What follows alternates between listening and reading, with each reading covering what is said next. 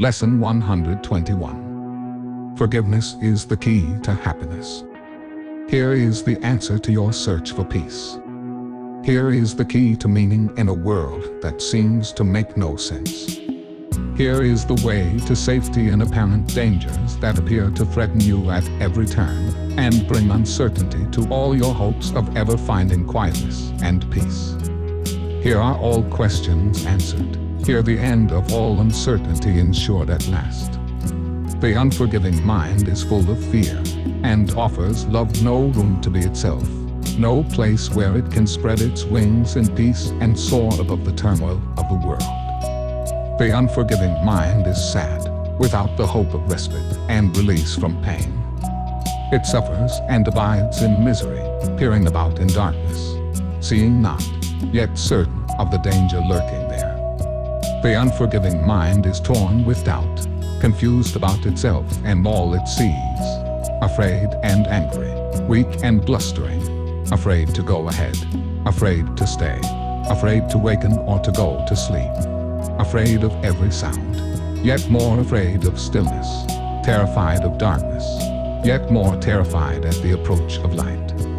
What can the unforgiving mind perceive but its damnation? What can it behold except the proof that all its sins are real? The unforgiving mind sees no mistakes, but only sins. It looks upon the world with sightless eyes, and shrieks as it beholds its own projections rising to attack its miserable parody of life. It wants to live, yet wishes it were dead.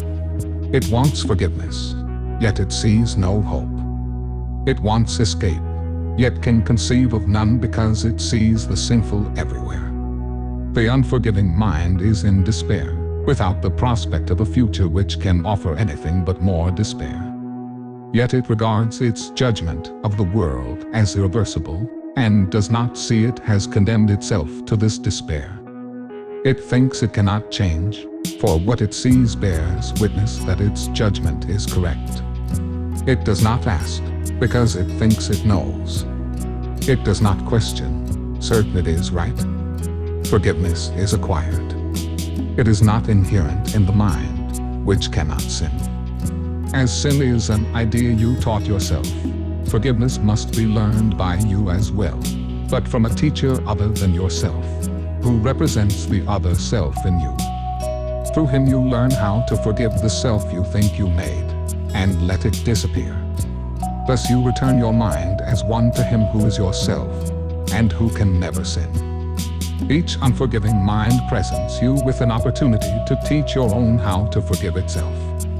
Each one awaits release from hell through you, and turns to you imploringly for heaven here and now.